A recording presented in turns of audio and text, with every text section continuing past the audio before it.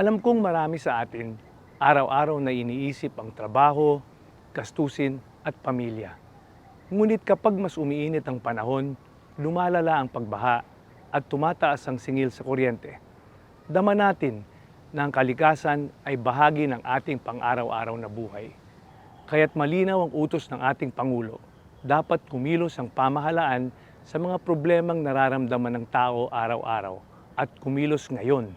Sa ilalim ng kanyang direktiba, nagtatrabaho kami upang protektahan ang mga komunidad, linisin ang mga daluyan ng tubig, palakasin ang sistema sa pamamahala ng baha, magbigay ng malinis na tubig, at pamahalaan ang ating likas na yaman upang mas ligtas ang mga pamilya at mas matatag ang mga gastusin.